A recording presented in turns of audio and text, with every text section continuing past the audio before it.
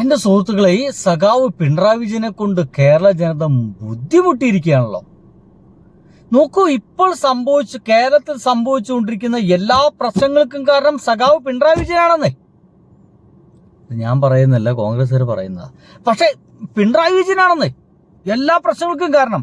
ഒന്ന് ആലോചിച്ച് നോക്കേ, PM ശ്രീ നടപ്പിലാക്കും, അതിന് കാരണം LDF ആണോ? PM ശ്രീ നടപ്പിലാക്കാൻ കഴിയുമോ? വേണമെങ്കിൽ നമ്മുടെ കേരളത്തിൽ വിട്ടു നിന്നൂടെ? ഇതെടുത്ത് വലിച്ചെറിയെന്ന് പറഞ്ഞ ആൾക്കാരൊക്കെ അല്ല ഇപ്പോൾ ഉള്ളത്. ഒന്ന് വലിച്ചെറിയേ, ജനങ്ങളുടെ മുമ്പിൽ ഒരല്പം ക്രെഡിബിലിറ്റി, സത്യസന്ധരാവൂ നിങ്ങൾ. അതല്ല വേണ്ടത്, ഒരല്പം സത്യസന്ധത കാണിക്കൂ.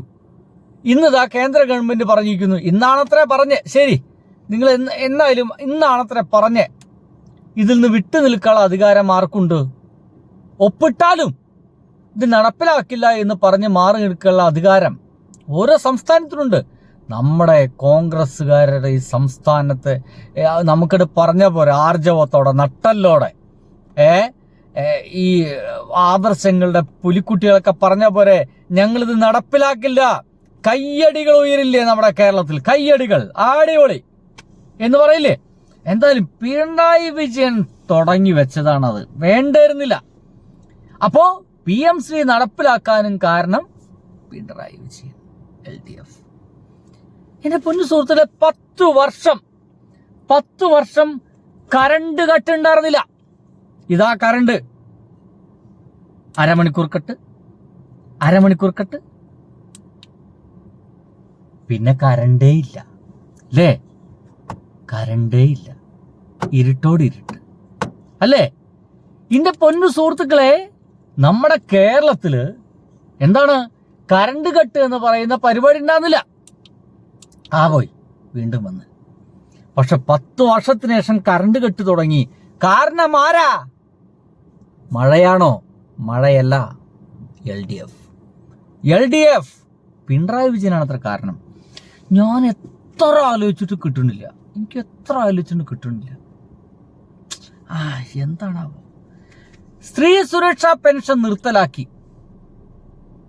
വീട്ടിലിരിക്കുന്ന സ്ത്രീകൾക്ക് 1000 രൂപ വെച്ച് കൊടുത്തായിരുന്നു, അത് നിർത്തലാക്കി. ആരാ കാരണം?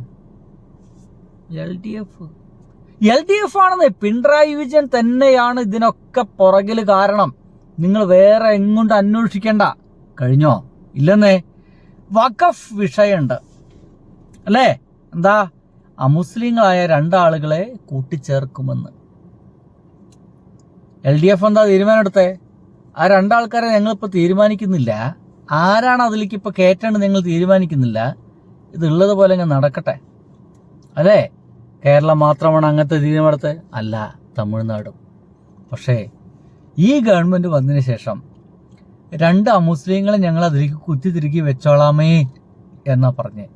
എൻ്റെ അത്ഭുതം, ഇങ്ങനെ തീരുമാനമെടുക്കുമ്പോഴും നമ്മുടെ മുസ്ലിം ലീഗാണല്ലോ വഖഫ് വിഷയവുമായി ബന്ധപ്പെട്ടവരൊക്കെ ശക്തമായിട്ട് നിൽക്കേണ്ടത്. ഇവരൊന്നും മിണ്ടുന്നില്ല എന്ന് പറയുമ്പോഴാണ് ഒരു തരത്തിൽ വൻ ചതിയല്ലേ ഇവർ ചെയ്യുന്നത്, അല്ലേ? വൻ ചതിയല്ലേ? എന്തോ ആവട്ടെ. അപ്പൊ അതിന് കാരണം ആരാണ്? മറന്നുപോരുത്, LDF. കഴിഞ്ഞിട്ടില്ല. സർക്കാർ ആശുപത്രിയിൽ ഇപ്പൊ പലയിടത്തും ചില മരുന്നുകൾ കിട്ടാനില്ല. പുറത്തേക്ക് കുറിപ്പടി എഴുതുക. ഇപ്പൊ പുറമേയുള്ള മെഡിക്കൽ സ്റ്റോറുകളൊക്കെ ഭയങ്കര സന്തോഷത്തിലാ. നിങ്ങൾക്ക് കമന്റ് ചെയ്യാം. ഈ അടുത്ത കാലത്ത് ഈ മെഡിക്കൽ ഗവൺമെന്റ് ഹോസ്പിറ്റലൊക്കെ പോയിട്ട് പുറമേ നിന്ന് മരുന്ന് വാങ്ങിക്കേണ്ട ഗതികേട് വന്നിട്ടുണ്ടെങ്കിൽ പ്ലീസ് കമന്റ്. അറിയട്ടെ, ജനം അറിയണം. ദുരിതപർവ്വത്തിലേക്ക് നമ്മൾ മെല്ലെ മെല്ലെ നീങ്ങിക്കൊണ്ടിരിക്കുകയാണെന്നുള്ളത് ജനം അറിയണം. അപ്പോൾ ആശുപത്രിയിൽ മരുന്നില്ല, ഇടയ്ക്ക് കരണ്ടും പോകുന്നു. ജനം അറിയട്ടെ. Comment please. പവർ കട്ട് കാരണം സർജറികളൊക്കെ അരമണിക്കൂർ വൈകുന്നു. വൈകിപ്പിക്കാനാ പറഞ്ഞേ. എന്തിനാ കറണ്ട് കട്ടുള്ളപ്പോൾ സർജറി നടത്തിയെന്നാണ് ആരോഗ്യമന്ത്രി ചോദിക്കുന്നത്.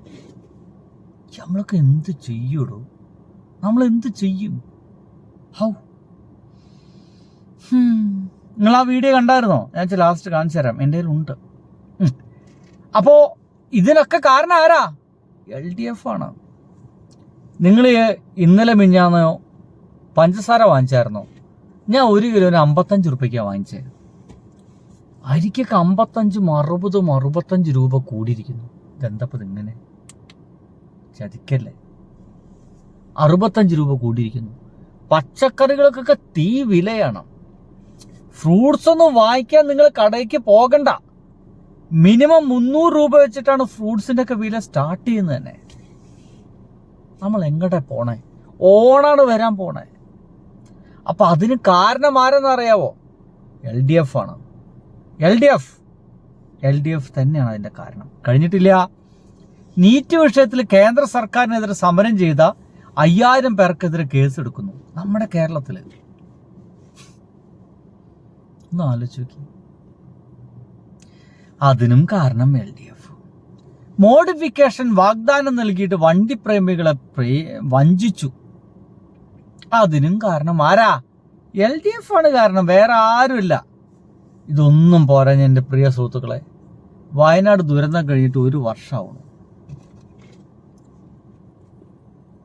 അവിടെ LDF ഒരു ടൗൺ പ്ലാനൊക്കെ ഉണ്ടായിരുന്നു. 174 വീടുകൾ എങ്ങാണ്ട് ഇപ്പോൾ പണി തീർത്തു കഴിഞ്ഞ് കൊടുത്തു. ഇനി 145 വീടുകളോളം പണി തീർക്കാനുണ്ട്. അവിടെ ഉദ്യോഗസ്ഥന്മാരില്ല, നിയമിച്ചിട്ടില്ല. പച്ച മലയാളത്തിൽ ആ പദ്ധതി നിലച്ചു. ഇനി അവിടെയുള്ള ആ ദുരന്തബാധിതർക്ക് വീട് കിട്ടാൻ പോകുന്നില്ല. കാരണം LDF തന്നെയാണ് കാരണം. ഇനി ഒന്നും പോരാഞ്ഞ് ഇവർ അധികാരത്തിൽ കയറി കഴിഞ്ഞ ശേഷം 8 പേരാ മരിച്ച് വന്യജീവി ആക്രമണത്തിൽ. അതിന് കാരണം എന്ന് ചോദിക്കണ്ട. ആരാ? അതന്നെ. ഇനി ആരോഗ്യവകുപ്പിൽ പകർച്ചവ്യാധികൾ മാത്രം ഈ കഴിഞ്ഞ 2 മാസത്തിനുള്ളിൽ മരിച്ചത് 135 പേരാണ്. 135. ചികിത്സാ പിഴവ് 20-ലേറെ. ചികിത്സാ പിഴവ് മൂലം മരണം 4 എണ്ണം. ആരാ കാരണം? LDF. നമ്മുടെ അങ്കണവാടിയിലെ പോഷകാഹാര പദ്ധതി ഉണ്ടായിരുന്നു, അത് നിൽക്കാൻ പോവാണ്. ബിരിയാണി ഉണ്ടായിരുന്നു, അത് നിന്നു. ആരാ കാരണം? LDF. ഇനിയിപ്പോൾ മുഖ്യമന്ത്രി ദുരിതാശ്വാസ നിധിയിലുള്ള സഹായം നിന്നു എന്നൊക്കെ പറയുന്നുണ്ട്. അതിന് കാരണം LDF. എന്ത് ചെയ്യും? ഇങ്ങനെ നോക്കുകയാണെങ്കിൽ എൻ്റെ പ്രിയ സുഹൃത്തുക്കളെ, ഈ UDF ഭരണം തുടങ്ങിയിട്ട്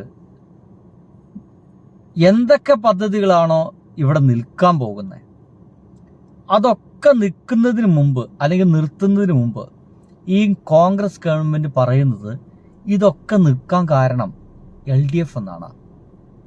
ഇനി എൻ്റെ ചോദ്യം നിങ്ങളോടാണ്. പറ, ആരാണ് കാരണം? ബൈ.